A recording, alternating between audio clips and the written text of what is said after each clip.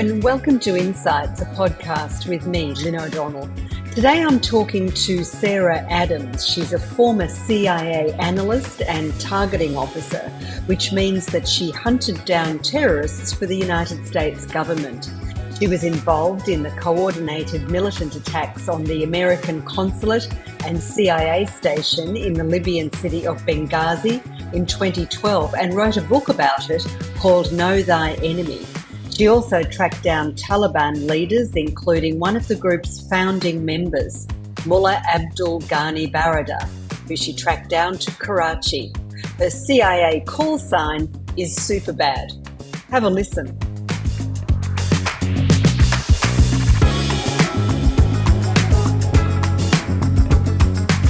Hi Sarah, thanks for joining me today. I guess there'll be a movie made about you sometime. Maybe you could even star in it. No, that's okay.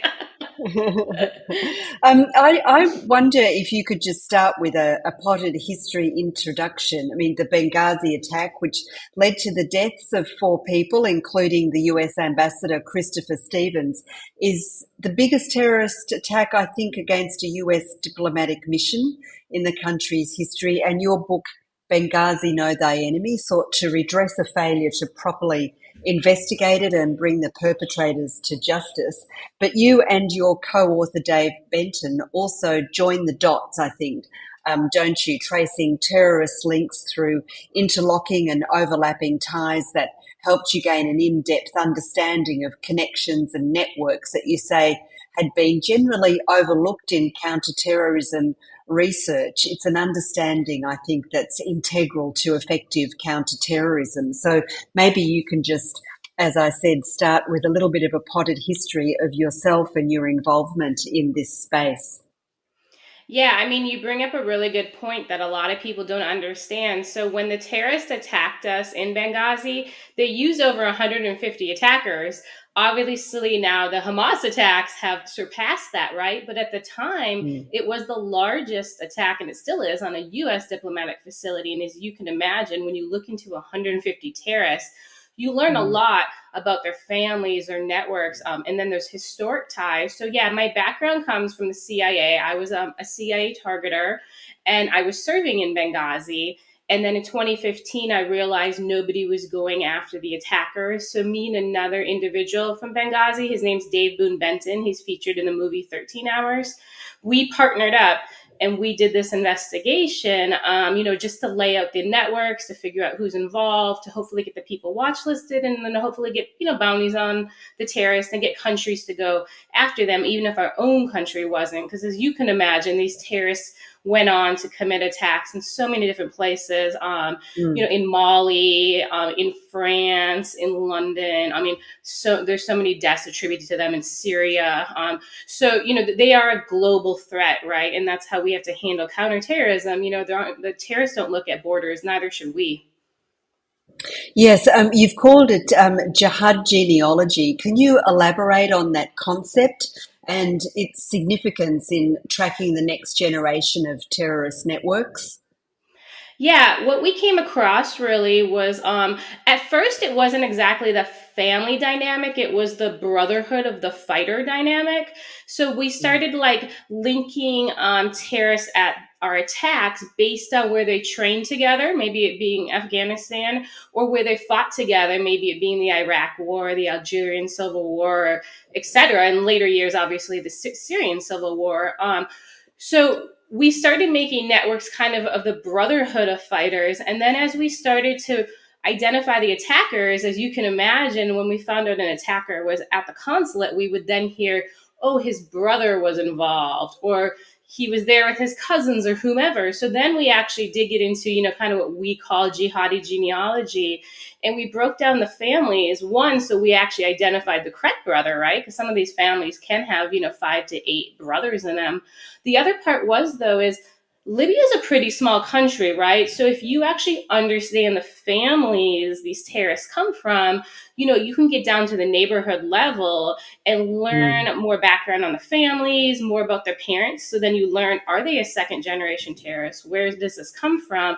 And then actually during that time, it actually brought us to the point where we actually identified one of the people that Al Qaeda was going to get released. So they basically were kidnapping an ambassador to release terrorists. One was a terrorist being held in Iraq. He was Al Qaeda in Iraq. His name was Adel al Shalaili, and his brother then was a commander at our attacks because he was going to hold the ambassador and free his brother, right? So it was a family affair. And people need to understand, that emotion behind some of these terrorist acts. Indeed. Well, so what specifically prompted your interest in researching the familial connections among terrorists, but particularly in incidents like the 2012 Benghazi attack? Yeah, I mean, it's the fact that we really just want to get it right. I know it sounds bad, but, like, we're not in an intelligence service. This is a private investigation we run, right? So if we're going to put the name out of people who are at our attacks, I'm not going to get the wrong brother. I mean, I like that. I know it's super nuanced, but we're not going to claim someone did something wrong when they didn't, right? I mean, this is very dangerous to label someone a terrorist. And that's why we put so much focus on it, to do it right and to get the right people identified. And so we wanted to have a lot of integrity behind the investigation too. Also, so when Libyans saw it, they would know, hey, they did the job right. They did it with respect, because remember, these terrorists killed over 20,000 residents of Benghazi, right? These are their enemies too. And we wanted to show the respect to them, that we understand these terrorists, cause more of an issue to them. It's not just about our Benghazi attacks. It's about the whole situation, the Benghazi civil war, and, and all the people Benghazi had to go through. And so what insights did you uncover regarding the role of family, family ties in radicalisation and recruitment within the terrorist groups? Yeah, I mean, the family angle is so valuable, right? Because the best connection I can bring up to our attacks and discuss family is, our attack was directed by the head of Al Qaeda at the time, Dr. Ayman al-Zawahiri. He actually gave his brother the charge to do a lot of the planning and plotting across the different groups. His brother's name is Mohammed al-Zawahiri. So Mohammed talked to the heads of Al-Qaeda's North Africa branch, but interestingly, Mohammed was also involved in plotting the protests in Cairo that occurred simultaneously the same day, right? So it was that integrated that the same individual was working on a terrorist attack and then working on, protests that got quite out of hand in Cairo. So I think that's really important to understand. And actually, Mohammed died just in February. He died in custody in Egypt. And they actually held a ceremony for him. And a lot of people from North Africa flew in, to include other members of the family, to Kandahar, Afghanistan. And they held a ceremony at Dr. Ayman al-Zawahiri's burial place for his brother. So third generation were there, at that funeral. There's third generation in play in the Zawahiri family, involved still in terrorism. And I think a lot of people aren't paying attention to that generation now. Well, indeed, there's also the intermarriages, the I guess it's an outward ring. It's like throwing a stone into a pond, isn't it? The ripples go out, and over generations it gets bigger and bigger. Have you been able to, from the beginnings, this guy, his brothers, then expanded out to cousins, marriages, and how it goes? Yeah, we've done a lot of that. One of the most senior terrorists involved in our attacks, his name is Ismail al-Salabi. He's a Libyan, but he spends much of his time in Turkey, and he does a lot of the foreign facilitator networks to fight in Syria. So either for Al-Qaeda or ISIS, he's still very involved. But yeah, we actually spent time, on his family and in breaking it down. And we found out, his sister, for example, was married to a brother, and two of his other brothers were our attacks. So that, that was three involved in our attacks. And there was multiple situations like that, as you can imagine. We had a mastermind who did an attack on our CIA annex. That was that famous mortar attack that killed the two CIA officers. We spent a lot of time on his family. He has a lot of intermarriages, which I actually was quite surprised about, because, he's one of those people we were told, oh yeah, in 2011 he'd just been a mechanic, and then he started fighting in the Libyan's revolution, and then rose up in the ranks. Well, he actually has intermarriages that predate that, right? It's like, well, maybe that wasn't the first time he put his foot into the terrorist space. So it just gave us honestly a better background to go from to see then who historically they're connected to and where some of their power comes from, and obviously where some of their funding comes from. Well, it must have been quite frustrating for you over the years to be hearing that Al Qaeda is a spent force. They no longer have any relationship with the Taliban. They have no presence in Afghanistan. Whereas if you've been paying attention, you know that those ties, marriage ties, and then family ties, and those outward ripples that I mentioned before, you can trace them back decades, decades, which means generations as well. So was your stomach tightening up every time you heard that? Yeah, I mean, at this point, I know like all of Al Qaeda is related to all of the Taliban and all the Haqqanis, and they're all family now. And so anyone who tries to bucket them into separate groups, is like either they're just not caught up, but I think they're more ignoring the truth. I mean, I know there has been a lot of misinformation that came out of Afghanistan, but there's no excuse to have it wrong at this point. But what frustrates me is, the top target of our actual personal Benghazi investigation. So he's a Libyan Al Qaeda member. He actually is in Afghanistan. He works in the Ministry of Interior building for Siraj Haddin Haqqani. He is married to a Haqqani. One of Siraj Haddin Haqqani's wives is his family member. And then, he's working with Al Qaeda, Taliban, Haqqanis, and, ISIS Khorasan province. So yeah, anyone who does not understand this interconnectivity doesn't want to, and they're basically covering up. And we saw this after Benghazi attacks. They did not want to admit it was an Al Qaeda attack. They definitely didn't want to admit it was a Dr. Ayman al-Zawahiri attack. To this day, they still don't. And people should be concerned when they're lying about Al Qaeda, right? Because it makes Al Qaeda more powerful. Well, indeed, and that power hasn't really gone away, and now it's back with a vengeance. I guess that's a good way of putting it.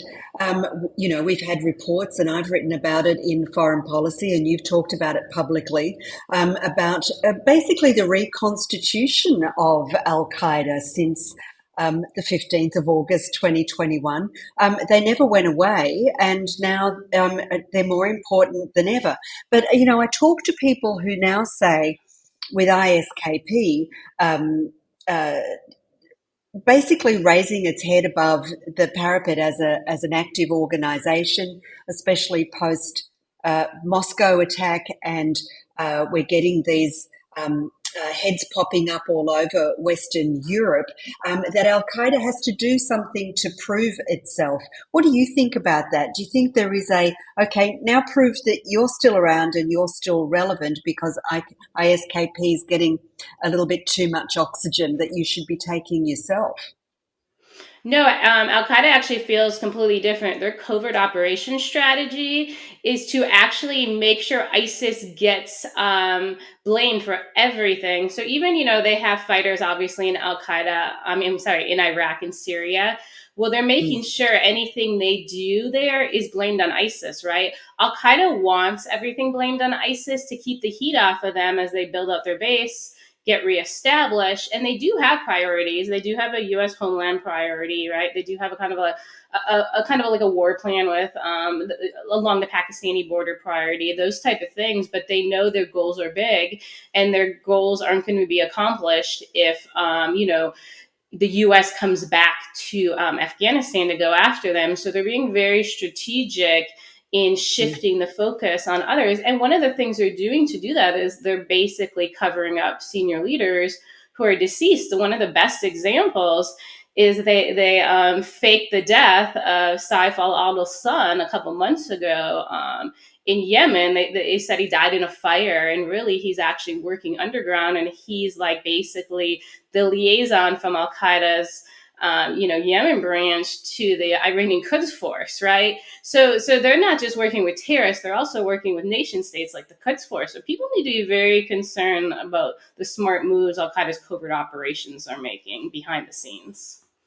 Well, that also serves the Taliban's purpose, doesn't it? Because we've got the Taliban now being portrayed as an effective counterterrorism partner with the United States. Yeah, they kill a lot of ISKP people, but nobody ever knows any of the people they kill because they're calling, obviously, the deaths of anybody ISKP. Yeah. Unfortunate thing. Yeah, well, the dynamic, what's your view of the ISKP dynamic? I mean, there doesn't seem to be any desire at government or state level to recognize a relationship, um, uh, I guess I would say a status as a beard. You know, I think ISKP is a very convenient beard, especially for the Haqqani network.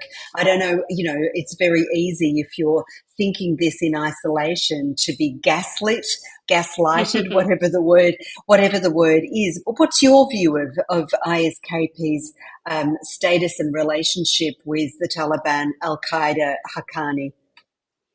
Yeah, I mean, the way I look at ICE-KP, they're a proxy of the Haqqani network. Now, not everything they do is for the Haqqani network, just like a lot of groups are proxies of Iran. Sometimes they do a Mm. operation at the behest of Iran. Sometimes they plan their own operations, and that's the same. The head of ISKP, he used to be the head of Kabul for the Haqqani network, right? And then, around 2019, Sirajuddin Haqqani said, "Hey, I need you to go basically embed yourself in, ISKP because I have this Doha deal. We're working with the US government. I won't be able to carry out attacks as Haqqani network. So I'm going to need an outlet to carry out attacks if need be. And I'm going to have to use ISKP." So that's kind of how that relationship goes. So it's just a proxy of the Haqqani network. And then when you look at ISKP and Al Qaeda, it's really interesting. They have they put up with each other, but the one thing Al Qaeda does is they basically pay them off, right? So about Mm. 20% of the funds that go to ISKP come from Al Qaeda. Also, Al Qaeda provides ISKP with weapons as well. So there's a collaborative relationship, and those two aren't warring in any way in the region. Yeah, yeah, it was very interesting that the style of attacks that had been immediately attributable to the Haqqani network before August the 31st were suddenly ISKP, and that's our new collective enemy because we need an enemy, don't we? Yeah, Yes, we do. And I mean, even if you just look at the HKIA suicide bombing, right? The suicide bomber yeah. went through multiple Haqqani run checkpoints. And people aren't being honest about that, but everybody knows the Haqqani supported that operation. And governments are covering for them because they just want to keep this Doha deal in place. And really, people have egos and they don't want to say, we got the Taliban wrong, we got the moderate Taliban wrong, and we got played by both the Taliban and Al Qaeda in this deal. Yeah, indeed. Well, getting back to your focus on jihadist genealogy, how do you think that it can enhance counterterrorism strategies and intelligence efforts? You've been on the inside. You have come up with this term. I think you can put a little C in a circle and copyright it as your own. What's your view on its usefulness? Yeah, actually, I think the person termed it in like France somewhere because I did see a paper titled it, and I was like, "Oh, awesome!" I mean, after the fact, Oh, but I'll use that. so we both came up with it. I'll have to meet that person. But the really interesting part for counterterrorism, right, is there's now this second and third generation that we stayed so focused on the fathers or the grandfathers that like there is no understanding that they're involved at all, right? So I focus on Libyans. I mostly focus on our attackers, but as you can imagine, when you collect on other people. And just for Libyans, we have three very senior, well-known Libyan terrorists over the years, right? There's Abu Anas al-Libi. He was involved in the big U.S. Embassy bombings, in Kenya and Tanzania. There's Abu Yahya al-Libi, right? Who was basically the deputy to Dr. Ayman al-Zawahiri. And then there was Abu Faraj al-Libi, who was involved in a lot of their external operations and picked up pretty soon within the years after 9/11. All three of their sons are currently in Al Qaeda and basically senior in Al Qaeda and working on, external operations, the movement of foreign fighters. And I don't think anyone, has any sort of pulse on them, or understanding them or tracking them. And some of these men now, they grew up in Afghanistan. They don't Mm. have Libyan identification. They don't even have Libyan names. So I don't even know if our governments know their names. Like, the names they're living under. And we have to remember this as these generations now start coming out in Afghanistan and they're getting Afghanistan documentation, you know, 10, 20 years from now, we're not going to be able to say this is this Saudi terrorist family, right? Like we're going to think they're Afghan. And the Libyans have done a really good job of integrating themselves into Afghanistan over the last 20 years to where I sometimes have to tell Afghans, hey, that's a Libyan you're talking Mm. to me about. He is not Afghan. So yeah, so it's a very interesting concept that we have to wrap our minds around or we're going to lose track of these people. But it sounds like the losing track of them is imminent if it's not already a fact.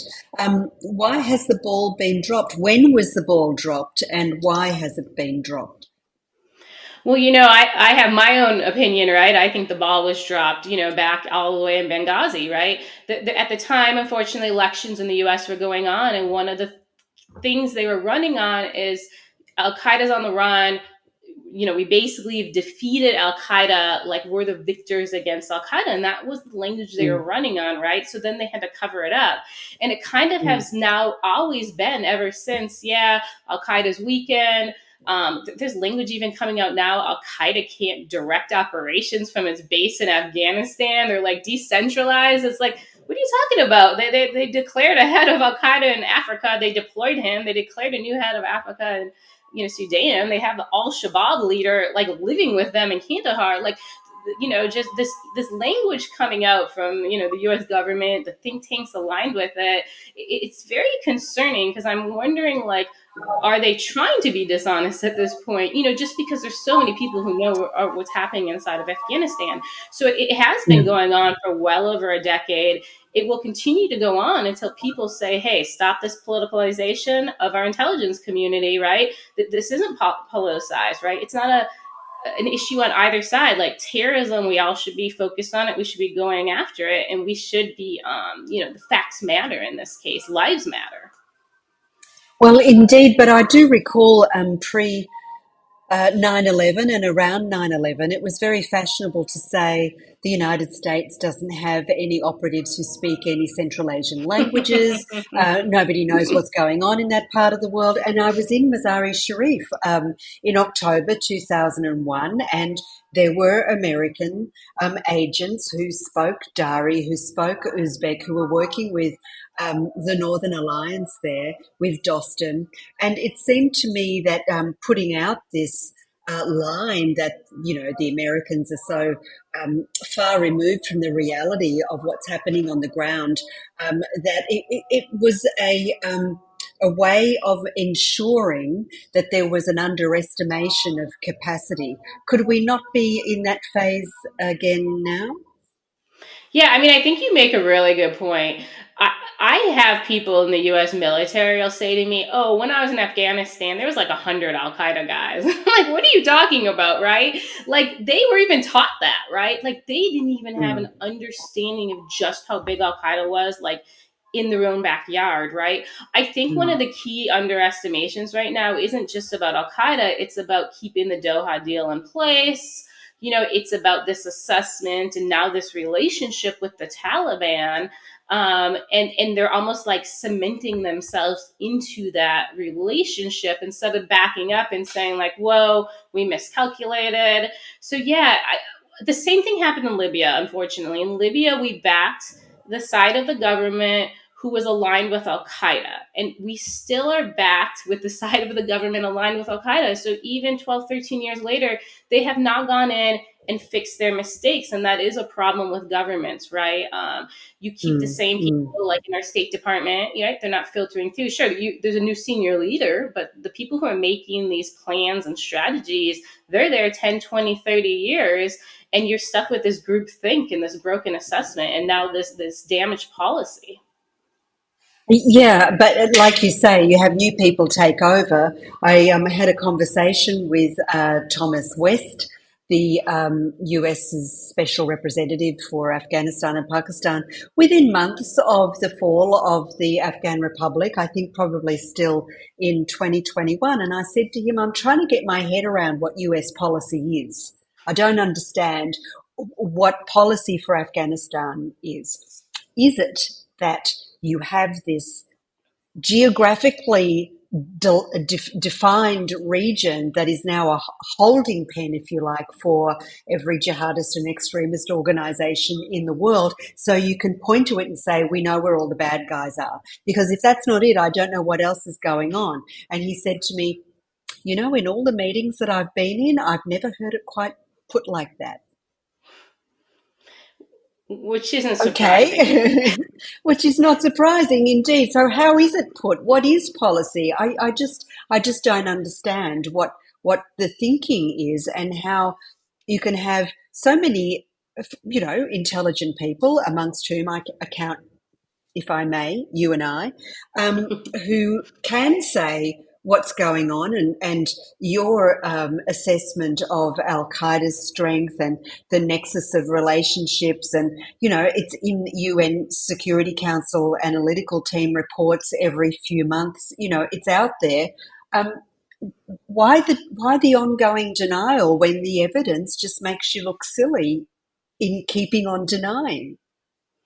Well, I faced this when I was working the Taliban back in 2009 and 2010, because that's when they decided they were going to do reconciliation. But at the time, I think the overwhelming assessment and opinion in the State Department is Afghans are going to have the Taliban as part of their government. Afghans want the Taliban. And remember, for many years, we did have sources who downplayed the Taliban. They made the Taliban not seem like a terrorist group, right? So part of our collection was part of the problem, right? Even the fact when we would detain senior Taliban members in Pakistan, the Afghan government at the time would ask us to release them. So do you see how this gets misconstrued within the U.S. government, as you can imagine, of this kind of sympathy towards the Taliban? And so it actually skewed everyone's belief. And then they made these assumptions. Oh, no, Taliban are going to be in power. The Afghan people are all fine with the Taliban. And yeah, it was just a miscalculation. And it was something I was fighting at the time. And it's why they never designated the Taliban a terrorist group, right? They always viewed them as a political party in Afghanistan, which is absurd. And we need to designate them as a terrorist group now. Yeah, and you came up against that when you were tracking Mullah Baradar. Yeah, I did. I didn't really come up against anyone holding me back from capturing him, because luckily he was top three of the Taliban and he was the lead operational head of the Taliban, right? So every terrorist attack or every the physical, military wise attack in Afghanistan, since he was in charge of that, they fell on him, right? So he was responsible for basically all the deaths of U.S. soldiers. So I didn't really have any troubles, at least trying to make him my focus. But yeah, after the fact, within the first week of capturing him, I was like, oh my gosh. And everyone only wants to ask about reconciliation. They only want to collect information on reconciliation. There's no interest in collecting operational information to go after the rest of the senior leadership. It was very focused on the politics of how can we use this individual for, they were calling it reconciliation at the time. It obviously became this peace plan, which isn't peace either. But yeah, it was just this, the policy train left the station. Once Berater was detained, that's all they wanted to do is make a deal with him. But do you think that was possibly a recognition that there had to be a move towards a political settlement? Clausewitzian theory would have that, war is an extension of politics. This was maybe the getting back to the politics, and this was during Obama's term as president. Yeah, it's the fact that they declared them a political party, right? And they dealt with them as a political party. And then, like you said, it was their assessment that this political party was the most powerful of the political parties. It would eventually have a big ownership of the government anyway. And they just gave up and gave into the Taliban's political party. Well, that came later. We saw with the Doha deal that the Trump administration brokered without any regard for what um, Afghan people might have wanted or the true nature of the beast. Yeah, and really that's all, like I said, that was that 10 years of State Department policy, right? Saying and dictating what the people of Afghanistan want, painting the Taliban in a light they don't belong in, and also even covering up things that the Taliban was involved in. Like the capture of Mark Frykes is the greatest example, right? Our envoys and our officials and our State Department downplayed that he was in Taliban custody. I mean, that's very concerning. And as you said, and which is the fact, the people impacted by this incompetence and is the people of Afghanistan, right? The people who didn't get a say, they didn't get a seat at the table, their opinions weren't heard, Yeah. and that's the most frustrating part of this. This is their country. Yeah. Well, in your research, what is it that you aim to address? I mean, you're doing very extensive, very detailed research. Are there overlooked aspects regarding the familial connections that you're interested in amongst terrorist groups that you want to address with the work that you're doing? Yeah, I mean, this is going to come off as a targeter, right? So I care about the families because I think I can maybe get to certain attackers through their brothers, right? So obviously, one of my biggest targets in Afghanistan, his name is Hamza al-Darnawi. Back in the day, he used to run like the Al Qaeda electronics workshop in Waziristan. Like Bin Laden set it up, and he said, "Hey, create this new innovative way to do attacks, mostly to enhance like IEDs, because that was the Mm. name of the game at the time, right? They were doing all the ID Yeah. attacks against Americans. So, he Mm. has a brother named Mohammed. And so, right, I was like, well, if I look into Mohammed, they actually do have a very close relationship. There needs to be a way they connect. Mohammed may also travel to be with his brother, like most of these families now are traveling in, because remember, in Afghanistan, if you come in as a terrorist family, you get basically a welfare and a sustenance. So let's say I come in and I'm Hamza al-Darnawi's family. So I moved from Darna, Libya to Afghanistan. I automatically get a house. I automatically get a car. I get a monthly stipend. And then if I'm a male fighter, I basically get like a official role somewhere within the government. Obviously, the two terrorists I've talked about are in the Ministry of Interior. But then I get an official salary by the Afghan government, and I become a Taliban official in addition to being Al Qaeda, right? So there is a lot of benefit to these families to move to Afghanistan because they have a pretty good life, right? So that's the stuff I'm watching. So then maybe we can, have an opportunity to identify locations better, to identify who else of our attackers are in Afghanistan. There's obviously a lot of Libyans in Afghanistan.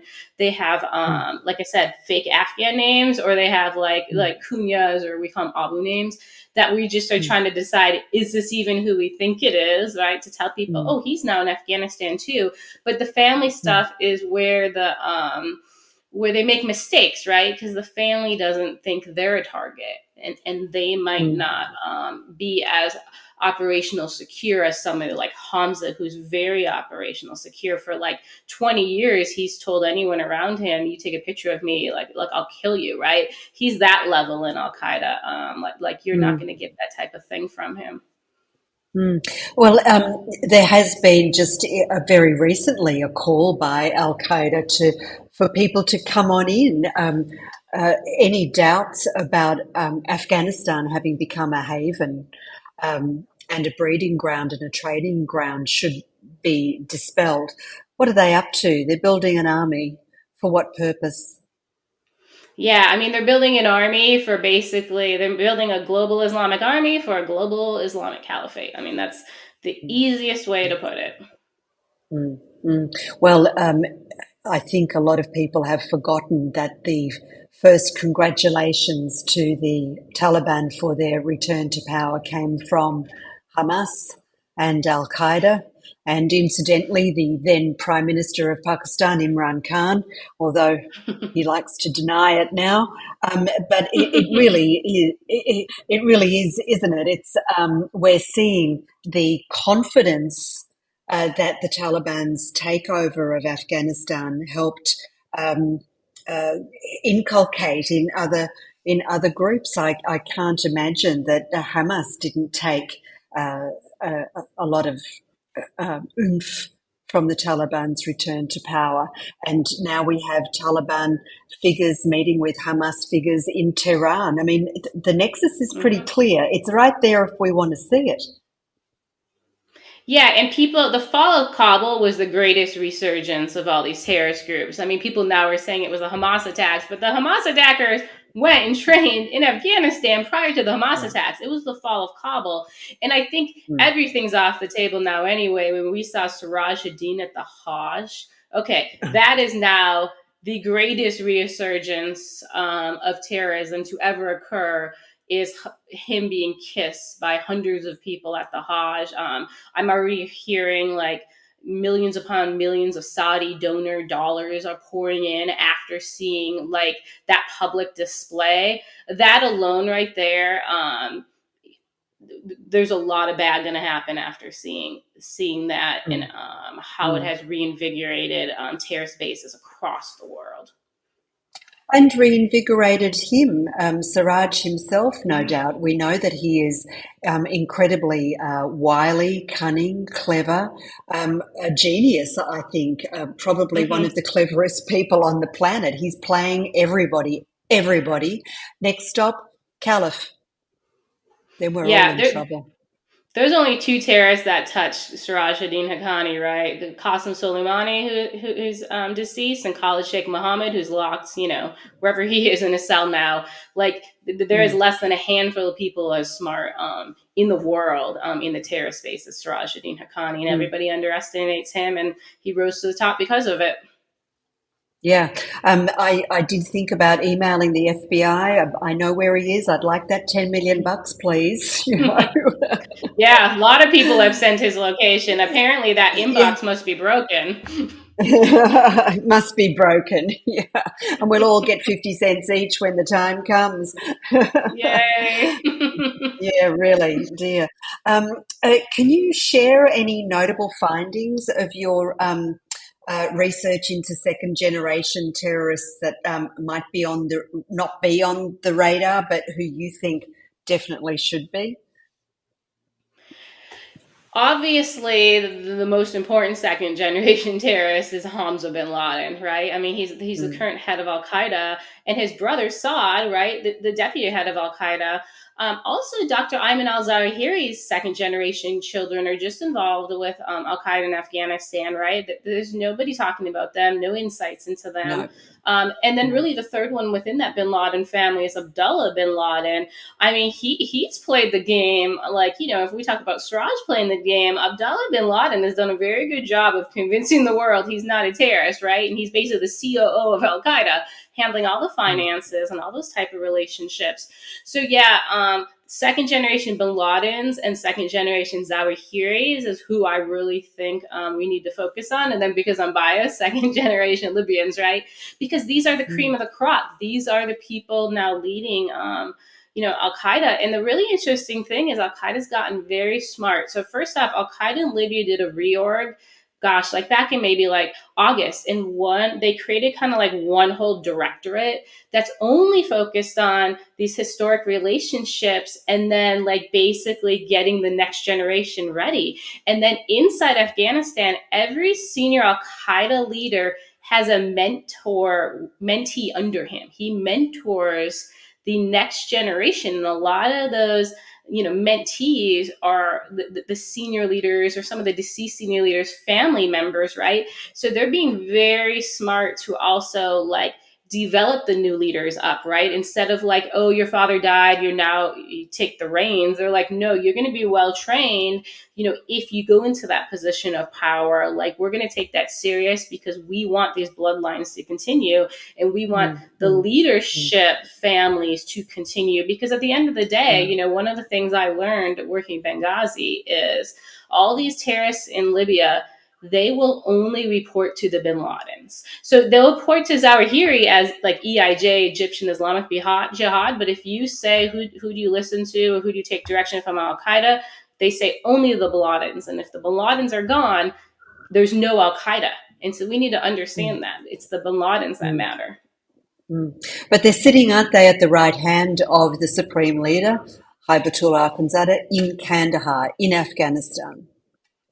Yeah, they're very closely associated with Hibatullah Akhundzada, like brother level. So yeah, Hibatullah, who is basically who's protecting them, but they kind of protect him too, right? I mean, all this is mutual. The biggest example though is Mullah Yaqub, right? He was the son of Mullah Omar, right? He runs the Taliban military. The Taliban military is in effect to protect, Al Qaeda. That's part of their role and their job, and it matters to them. Yeah, indeed. So you basically have it's Mark II, isn't it? And Mark II also implies that we're waiting for the next big thing. Yes, we are. And then there's going to be a third generation, right? We're going to have Osama bin Laden and Omar bin Laden. They're almost late teens. They're soon to be in their 20s. And that third generation of Al Qaeda is coming to an adulthood too. So yeah, we have a lot on our plate if we don't actually focus on the bin Ladens. And like you said, the members of the Taliban harboring them, because you can't end one without ending the other, right? They are family, they are married, and it's all one at this point. But what we've been seeing over the past 6 or 8 months, Sarah, is the wholesale propagandization of terrorism. Terrorist organizations are being accepted across the West. We have pro-Hamas demonstrations in the big cities of our countries. We have young people taking to TikTok to glamorize the words of Osama bin Laden. We seem to have a movement that speaks to the extreme success of a PR campaign in favour of the glamorisation and wholesale societal acceptance of terrorist ideology. How the hell did that happen? I mean, there's multiple pieces to how it happened. I mean, there's one that's so basic, but it's sad. Like, Americans, or, the younger generation is actually the best way to put it, love the concept of revolutionaries. I think in my generation, it came from Star Wars, but then it went and it was like a Che Guevara thing. Like, even the younger people wear a shirt all the time, right? And so the terrorists have been smart to say, oh, these are revolutionaries, right? Even when Iran talks, he says, this is our axis of resistance, right? Those words are used and they matter. Obviously people have talked about it, and I think it's true. I think a lot of the money that came in from the Qatari government to our universities influenced, right, the education system. I think it's a big problem. I think in a lot of different topics, people realize we need to influence the education system. I mean, even ISIS is very smart about that. They're like, we need to be recruiting at these universities, right? We need to get the educated class, involved in backing us, right? Because that's who people listen to. That's who, the people who will write things and influence things, right? So the terrorists have been very smart to know who to target, right? They don't want to be groups that are like the goat herders or were uneducated, right? There's videos from the Taliban. They're like, they're funny. They're like, we're very educated. There's one, he has a map in the background. America needs to understand how smart we are and how much technology we have. Like, he messes up some of his words, but they want that projection, right? They're like, we're on even par with you. And the key to doing that is bringing in the students, right? For recruitment and support, right? Remember, It doesn't matter if it's Al Qaeda or ISIS, they also want lone wolves. And so part of this propaganda is to get some of these students then to cause havoc and hopefully cause attacks in their name. It expands their global footprint. And most importantly, it brings them in donor money, right? It gets people behind their cause, and it gives them free propaganda. Indeed, but I also think that the involvement of China and Russia is being discounted in this movement because the Russians and the Chinese have been very much um, uh, focused on undermining what's widely called Western values, but I think which are human values generally, for a long time, for, 15, 20 years. I think that has been underestimated too. Do you? Yeah, and I think that's a nuance that people need to know is very important, right? So when you see a video go viral, and a lot of our videos are serious, sadly, right? Lots of times it went viral, right, because of the Chinese or Russian intelligence, right? They put their bots behind it because they look at what's trending in the US, what's divisive in the US, and then they put their basically cyber resources against it. So the majority, like probably 90% of Americans plus, have no support for these student protests, mostly in favor of Hamas, right, in our population. But because organizations and governments, within China and Russia have helped to make these things go viral and whatnot, the majority of Americans are like, whoa, like they think it's the thought of most people. It's become that way. It's like, oh, America believes this way. And then people get thrown off when our government policy doesn't match these protesters. It's like, no, like the majority of our country and the majority of our government don't believe this. But yes, how it's been proliferated across the internet gives people a different view, and people really need to understand social media is like fake. It's so influenced, like you said, there's so many government actors behind, what gets a million likes and what gets seen to you, and people need to understand that that's also used for bad. That isn't a good thing, and that's why I'm not supportive of it, even to promote good things, right? Like health and safety. I mean, it's just too many bad actors misuse it. Yeah, indeed. But what's the end game? It's very easy to see what is going on now, what's going on in front of us, and analyze it the way you are. But what's the end game here, Sarah? I mean, everyone has a different end game from all the different actors we talked about in this, I mean, Al Qaeda, I mean, the bin Ladens want to follow their dad's goal and build this greater, Islamist society, right? They don't even want, the normal Muslims who don't have the extreme views within the society. It's a very, very extreme view. I mean, hopefully all the good people in the world will never let it happen, right? Mm. China has its own plans, but, China's plans go hundreds of years, right? I mean, just one day, their plan, right, is like the US to be like some far off province in their great kingdom. I don't even know how much control they need over us, but we're at bay, and they're the leaders, right? And then Putin in Russia, who knows with him? I mean, that Who guy is knows? like, Mm. to say Putin, I don't know. Like, I mean, it's crazy. Even just the whole Wagner thing, that how it went down. I mean, yeah. I mean, he had committed all this moral injury to his troops, and then he blew up the guy that said he committed moral injury. When we all died in Bakhmut. I mean, what a mess. So yeah, so Russia is just kind of like honestly messing up itself. I mean, amazingly, they still have all these other campaigns and misinformation going on, but they're destroying their military. And they're weakening themselves. And so, we kind of should just let them, because, yeah, they're on a path that it's going to soon change. He's not going to live much longer. So I don't think we know where their next 50 years is going to be until we know who the next person is going to be that leads them. Yeah, that's true. If we bring it back down though to jihadism, Al Qaeda, Taliban, Hamas, these very successful, I would say, terrorist groups that are working in tandem. Um, where are they going? How do you see that ending? They Will it want only end? I mean, one you know, thing. mm, Yeah, they want one thing: recognition, period.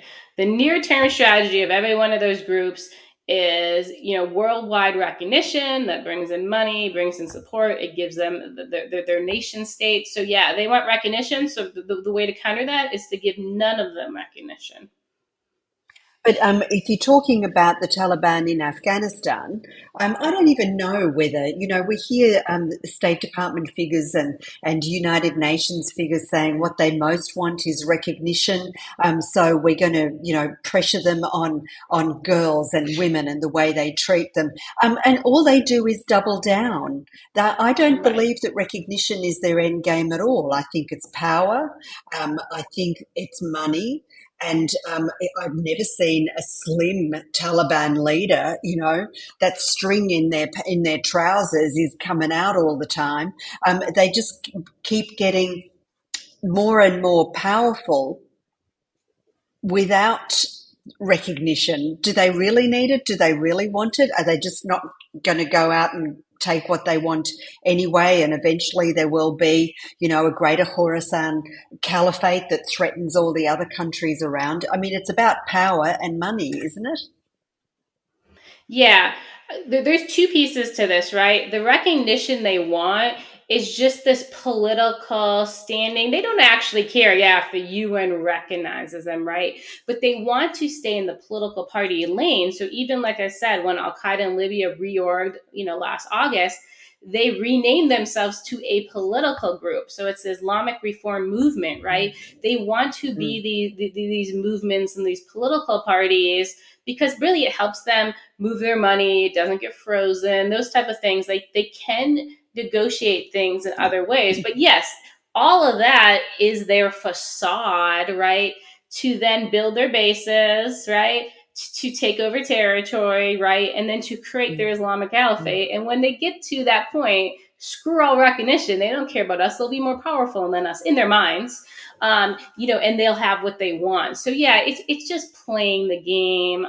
There's two sides mm, to the coin. mm, That's their public mm, facing goal and what they say that they want, right? Even in Gaza, they say, oh, we want this territory in Gaza. No, they want much more than the territory in Gaza, mm, right? But right, mm, mm, it, mm, they want much larger region. But anyway, it's their public facing, and then policymakers like that, right? Because then they have this little thing that they say, oh, we're trying to meet this objective, we're trying to fight this want of theirs, and ignoring the larger goals, like you said, creating an army. mm.